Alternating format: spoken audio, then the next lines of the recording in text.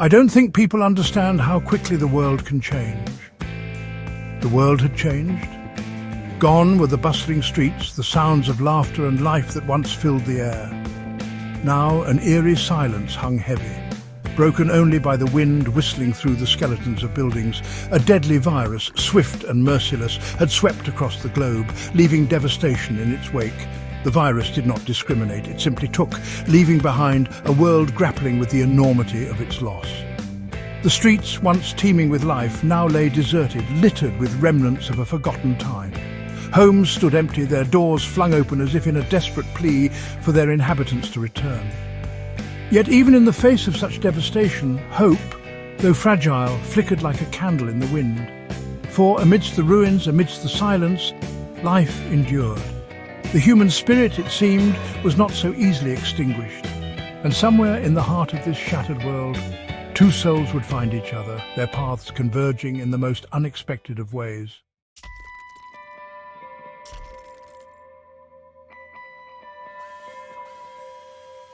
He had been scavenging for supplies, his heart heavy with the weight of solitude.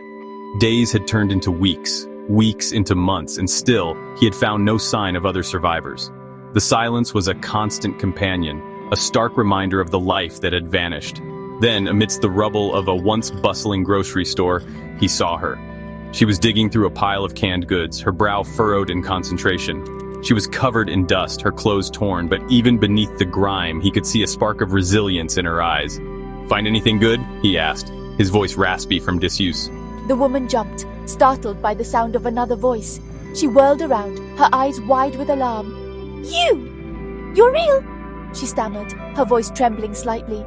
He smiled then, a small, sad smile that spoke volumes. "You're not alone," he replied, his voice filled with a newfound warmth. "I'm Jake. What's your name?" She hesitated for a moment, as if unsure whether to trust this stranger, this other lost soul in a world gone mad. Finally, she extended her hand. "Pamela," she said. "My name is Pamela." Their handshake was firm, a silent pact of solidarity forged in the ruins of their world.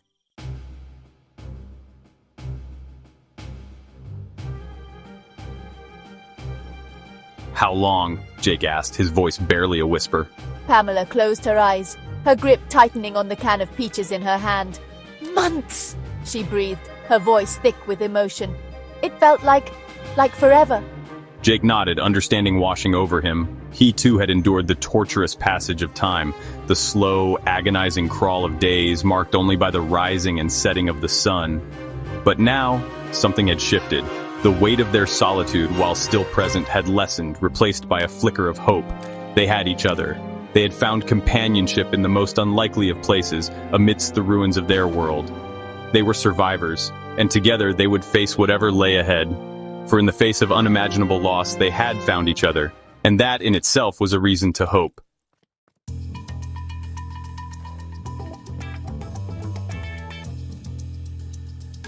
It had begun like any other day. The sun rose, casting its golden glow across the bustling cities and sleepy suburbs. People went about their daily routines, oblivious to the silent threat that lurked in the air. The news buzzed with the usual mix of political scandals and celebrity gossip, a comforting illusion of normalcy. No one could have predicted that this ordinary day would mark the beginning of the end. The first signs were subtle, easy to dismiss. A cough here, a fever there, chalked up to the changing seasons, or a particularly nasty flu going around. But then the news reports started trickling in, whispers at first, then escalating to a roar that could no longer be ignored. A mysterious virus, highly contagious and deadly, had emerged in a remote corner of the world. It spread like wildfire, crossing borders with terrifying speed, leaving a trail of illness and panic in its wake. Panic soon turned to chaos. Hospitals overflowed, their resources stretched thin, their staff overwhelmed by the sheer number of sick and dying.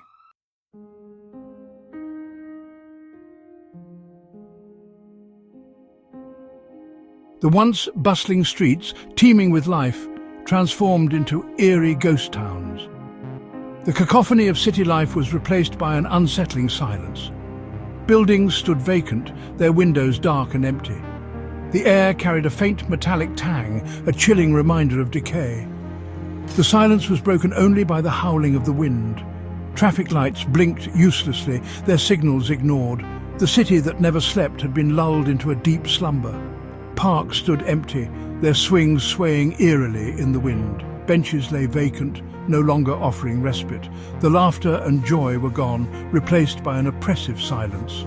The city now stood as a stark reminder of the fragility of life. Even the animals seemed to sense that something was amiss.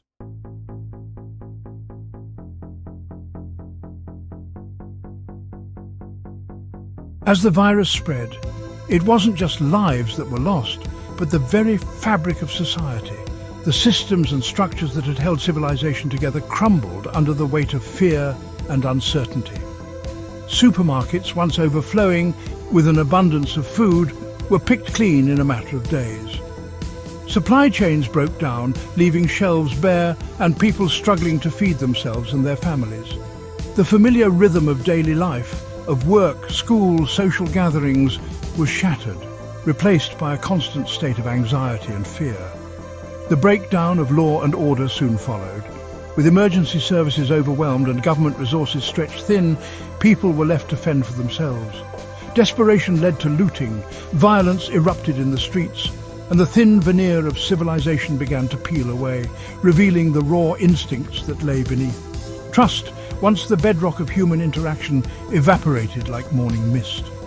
Neighbors turned on neighbors, driven by fear and the primal need to survive. The internet, once a source of information and connection, became a breeding ground for misinformation and fear-mongering. Conspiracy theories ran rampant, fueling paranoia and distrust.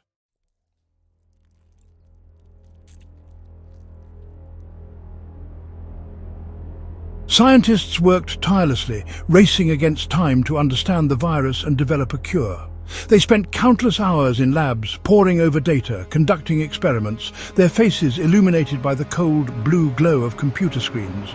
The virus, they discovered, was unlike anything they had ever encountered. It was highly contagious, spreading through the air with ease, and it mutated rapidly, making it difficult to target with traditional vaccines or treatments. News reports, initially filled with a sense of urgency and hope, grew increasingly grim. Experts spoke of mutations, of rising death tolls, of the potential for the virus to become even more deadly. The world held its breath, clinging to every word, every update, desperate for a glimmer of hope in the face of such overwhelming darkness. Whispers of a potential cure surfaced from time to time, offering a flicker of hope amidst the despair. But these glimmers were often short-lived, extinguished by setbacks, by the virus's relentless ability to adapt and evade even the most promising treatments. The world watched and waited, their hopes rising and falling with each new development, their collective anxiety growing with each passing day. The virus had become a constant presence, an invisible enemy that had infiltrated every aspect of their lives. It had forced them to confront their own mortality, to question everything they thought they knew about the world.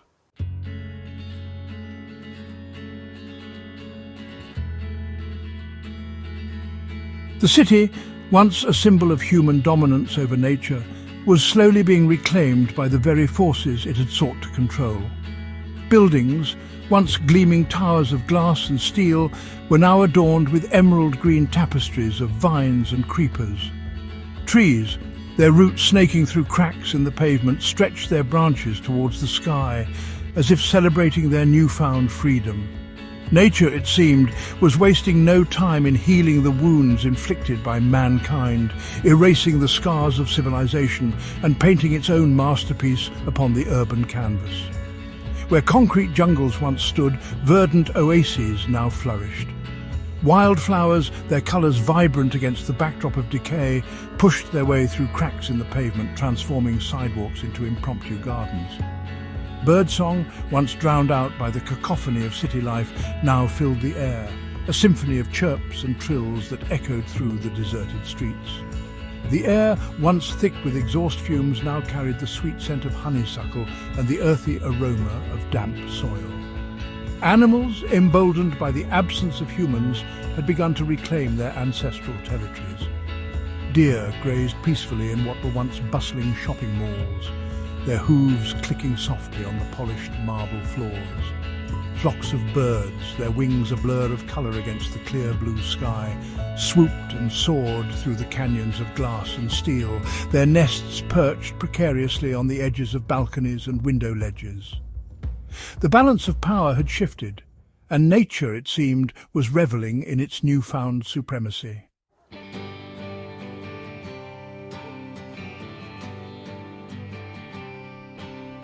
Survival in this strange new world was a constant scavenger hunt. Jake and Pamela spent their days exploring the skeletal remains of their city, searching for food, water, and any other supplies they could find. Each day was a gamble, a roll of the dice against the backdrop of an uncertain future. They moved with a practiced ease through the deserted streets, their eyes constantly scanning their surroundings, alert for any signs of danger, their hands clutching tightly onto the makeshift weapons they carried for protection. Abandoned apartments became treasure troves, offering glimpses into the lives that were lived before the world turned upside down.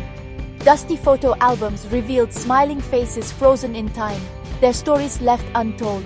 Discarded books, their pages brittle with age, offered a temporary escape into worlds both real and imagined. Every object they found, every scrap of paper, every faded photograph was a poignant reminder of the lives that had been lived, the stories that had been interrupted, the world that had been lost. Sometimes, amidst the decay and desolation, they would stumble upon unexpected treasures, a stash of canned goods hidden in a basement, a working generator tucked away in a shed, a cache of seeds that held the promise of a future harvest. These small victories, these tangible reminders of the world that once was, were like beacons of hope in the darkness, fueling their determination to keep going, to keep searching for a way to rebuild. Each scavenged item, no matter how small or insignificant it might have seemed in the old world, was a testament to their resilience, a symbol of their refusal to give up hope. They carefully cataloged their finds, storing them away in their makeshift camp, their minds already working on ways to repurpose, to rebuild, to create something new from the remnants of the old. The post-apocalyptic world was not a kind one. Danger lurked around every corner, a constant shadow that followed their every move. The silence, once eerie, had become a source of unease, for it often served as a prelude to chaos. The rustling of leaves in the wind, the distant barking of dogs, the snap of a twig underfoot. Every sound, no matter how innocuous, sent a jolt of adrenaline through their veins, reminding them that they were not alone in this desolate landscape. The infected, their bodies ravaged by the virus, were a constant threat. They roamed the streets in packs, drawn to sound and movement, their eyes vacant and hollow, their moans a chilling reminder of the fate that awaited those who let their guard down. Mark and Sarah had learned to avoid them at all costs, moving silently through the shadows, their senses on high alert, their hearts pounding in their chests. But the infected were not the only danger they faced. Other survivors, driven to desperation by hunger and fear, could be just as ruthless, just as unpredictable. Trust was a luxury they could no longer afford, and every encounter with another human being was fraught with tension, a delicate dance between hope and suspicion. They had learned to read the signs, to trust their instincts, to rely on each other for protection. Mark, with his quiet strength and keen observation skills, was the protector, always scanning their surroundings for threats, his hand never straying far from the weapon he carried. Sarah, with her quick wit and resourcefulness, was the strategist, always planning their next move, her mind racing to find solutions to the challenges they faced.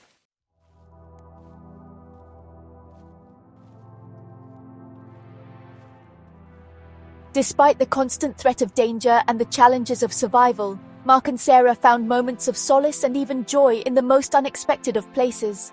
They found beauty in the resilience of nature, in the way it had reclaimed the city, transforming it into a wild and verdant landscape. They took comfort in the simple things, a shared meal cooked over a crackling fire, a breathtaking sunset that painted the sky in hues of orange and purple, the quiet companionship they found in each other's presence. They transformed a dilapidated rooftop into a thriving vegetable garden, carefully nurturing seeds they had scavenged into life-giving plants. The feel of cool soil in their hands, the sight of green shoots emerging from the earth, the sweet taste of a sun-ripened tomato. These were the things that reminded them of the beauty that still existed in the world, the things that gave them hope for the future. On clear nights, they would lie on the roof of their building, gazing up at the star-studded sky, marveling at the vastness of the universe and the insignificance of their own troubles in comparison. They shared stories of their past lives, of the people they had loved, the memories they cherished. They talked about their hopes for the future, their dreams of rebuilding a world that was better, kinder, more sustainable than the one they had left behind. In each other's company, they found solace from the loneliness that threatened to consume them.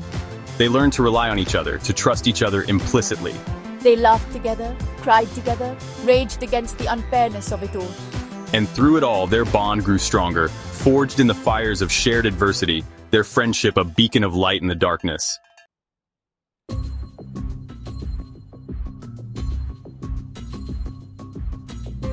Even in unimaginable loss, the human heart, nourished by compassion and connection, can heal, grow, and love again. Hope, like a seed, can blossom in unexpected places. The human spirit endures, adapts, and finds beauty and connection. Sarah discovered a hidden talent for music, filling the air with hope.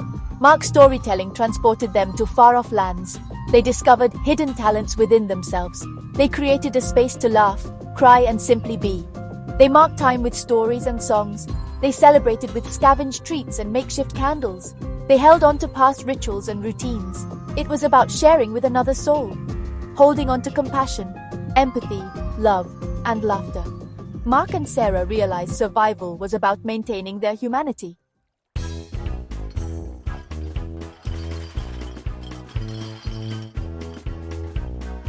Carts wobbled, jars tumbled, and Mark offered a running commentary that oscillated between helpful advice and panicked warnings. Sarah, armed with a broomstick, attempted to navigate the obstacle course. What followed was a comedy of errors worthy of a silent film. "Stand back," she instructed Mark, rolling up her sleeves. "This requires finesse." The cookie box was perched high on a shelf, guarded by spilled pickle jars and shopping carts. Sarah spotted it, a single, pristine box of chocolate chip cookies.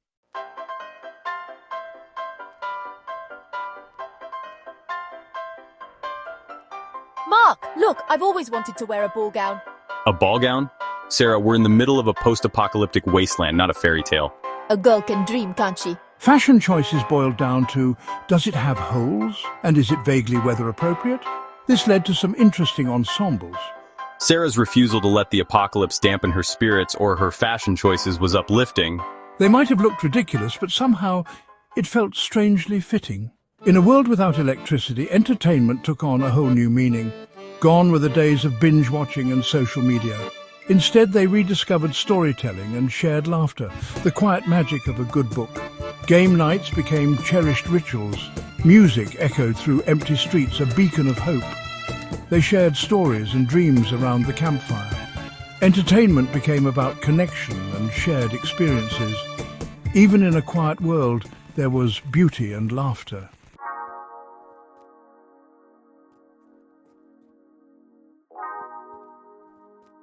As they navigated the challenges of their new reality, Mark and Sarah discovered that the apocalypse, for all its horrors, had also been a strange and unexpected teacher. It had stripped away the distractions and superficialities of their old lives, forcing them to confront the things that truly mattered. We learned the importance of self-reliance, the value of resourcefulness, the necessity of adaptability. We learned to appreciate the simple things, a warm meal, a dry shelter, the sound of another human being's laughter. They learned that happiness wasn't a destination, but a choice, a conscious decision to find joy in the midst of hardship. They discovered hidden strengths within themselves, reserves of courage, resilience, and compassion they never knew they possessed. We learned to face our fears head-on, to adapt to ever-changing circumstances, to find hope in the most unexpected of places. Most importantly, they learned the true meaning of connection. In a world where everything they had once known had been stripped away, their bond had become their lifeline, their anchor in the storm. We learned to rely on each other, to support each other, to celebrate our victories and mourn our losses together.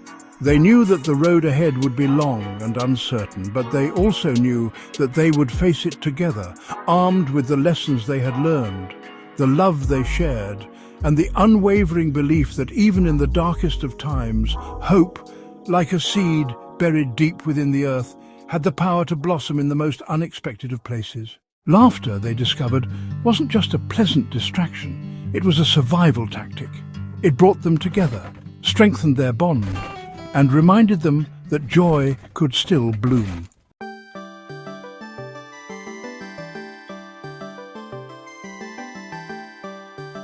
Necessity is the mother of invention. Creativity became survival. They saw potential everywhere. A broken umbrella, shelter, a rusty bicycle wheel, wind turbine, a dented colander, headwear. Their ingenuity knew no bounds. Mark made radios from discarded electronics. Sarah upcycled old fabric into new items. They documented their hacks in a notebook. Their inventions, held by hope and duct tape, worked. Each hack was a victory, a testament to their ingenuity.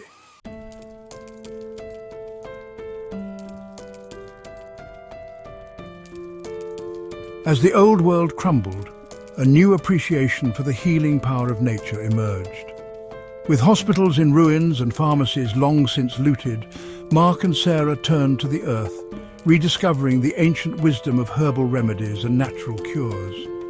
Their rooftop garden transformed into a living pharmacy, a testament to the enduring power of plants to soothe, heal, and nourish.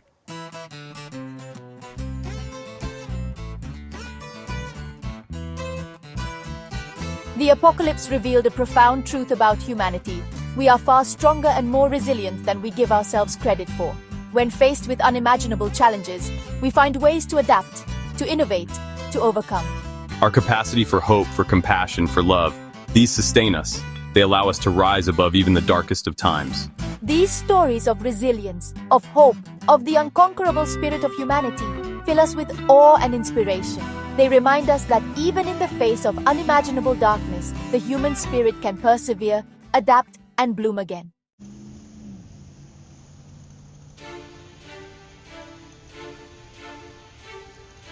There was only one way to find out. Armed with hope and skepticism, they set off towards the smoke plume. Their hearts filled with the fragile promise of connection. The discovery sparked a flurry of activity. They gathered their meager belongings. Who were these mysterious smoke signalers? Were they friend or foe? Would they welcome Mark and Sarah or view them as a threat? As Sarah peered through the lens, her breath hitched. The smoke plume, though distant, was unmistakable. "Someone's out there," she whispered. Mark chuckled, relieved. "Better than that," he said, his voice trembling with excitement. I think I found something." He led her to the telescope, a silent promise of shared adventure. Sarah looked up, her brow furrowed. "What is it, Mark?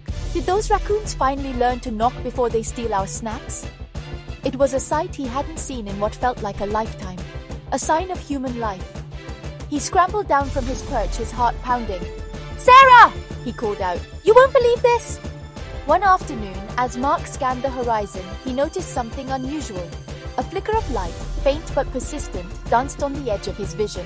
He adjusted the lenses, his breath catching as the light resolved into a plume of smoke. Their evenings were for storytelling, board games by candlelight, and the comforting silence of a shared sunset. It wasn't perfect, but it was theirs. Still, a question lingered in the back of their minds. Were they truly alone? Weeks had melted into months. Mark and Sarah had settled into a routine. Their days were spent tending their rooftop garden, scavenging for supplies, and refining their apocalypse hacks.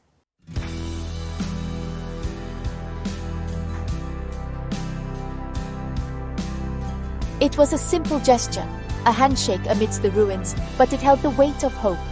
Trust would take time, but as they gathered around the fire, sharing stories and meager rations, a spark of community ignited. A woman extended her hand. "Welcome," she said warmly. "I'm Elena, and these are my people." Sarah stepped forward, her smile tentative. "We're survivors. We saw your smoke and hoped we weren't alone." Mark raised his hands in peace. "Hello? We saw your smoke. We're not here to cause trouble."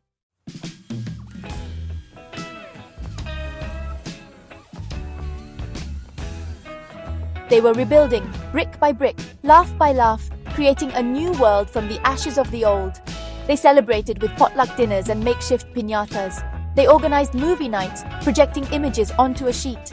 They started a community band, filling the air with joyful noise. Life wasn't without its challenges. Resources were scarce and threats lingered. But there was hope, a belief in building something meaningful.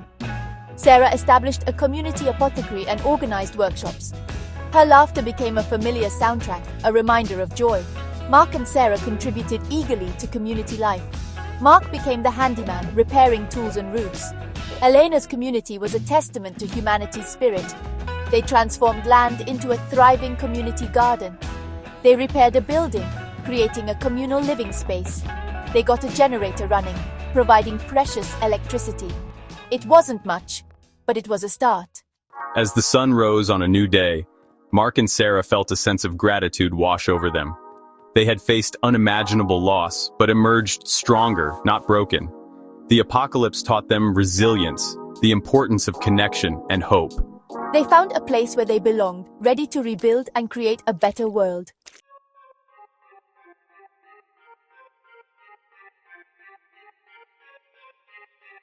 Amidst the ruins, they built something stronger, a community forged in adversity. Laughter echoed, children danced with sparklers, and elders shared stories. Mark and Sarah reminisced by the bonfire. They had come far, finding strength in each other. Laughter filled the fields, and the aroma of bread wafted from the kitchen. They watched children chase fireflies, feeling a sense of belonging. The sun set, painting the sky in hopeful hues.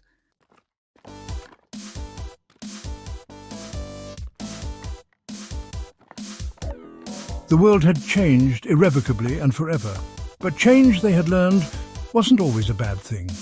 Sometimes it was an opportunity, a chance to shed the old and embrace the new, to rebuild from the ashes with wisdom, compassion, and an unwavering belief in the potential of humanity. Their story, born from tragedy, had blossomed into a testament to the enduring spirit of humankind. It was a message whispered on the wind, carried on the laughter of children, and etched into the heart of their community.